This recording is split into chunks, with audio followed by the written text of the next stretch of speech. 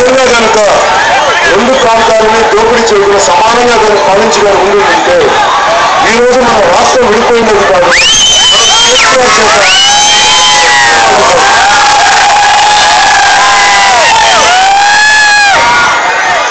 కేసీఆర్ సీమాంధ్ర ప్రాంత ప్రజలను తిడతా ఉంటే నాకు చాలా బాధ కలిగేది. 6 సంవత్సరాలు హైదరాబాద్ లో ఉన్నా నాకేం తెలుసు, మీకేం తెలుసు, హైదరాబాదు మన రాష్ట్ర రాజధాని అనుకుని వెళ్ళాం. కానీ అక్కడికి వెళ్ళాక మీరు తెలంగాణ వాళ్ళు కాదు, మీరు సీమాంధ్ర వాళ్ళు, మీకు ఉండడానికి లేదని కొన్ని సంవత్సరాల తర్వాత మనం తిడుతూ ఉంటే నాకు బాధ కలిగేది.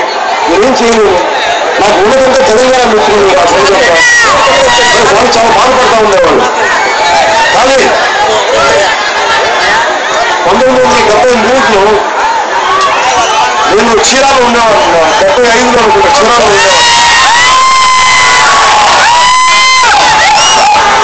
నాకు చాలా లీలగా గుర్తు, మా నాన్న ఇక్కడ గిరియాంధ్ర ఉద్యమం జరుగుతున్నప్పుడు మా నాన్న ఇక్కడ దెబ్బ తగిలింది. ఇక్కడ ఊళ్ళో గిరియాంధ్ర ఉద్యమం జరుగుతూ ఉంటే మా నాన్న దెబ్బ తగిలింది. ఆయనకి చనిపోయే వరకు ఇక్కడ భుజం మీద ఎక్కడ దెబ్బలు పడిపోయారు ఈ రైట్స్ కంట్రోల్ చేయడంలో. ఇక్కడే ఈ చుట్టుపక్కల ఎక్కడో జరిగింది.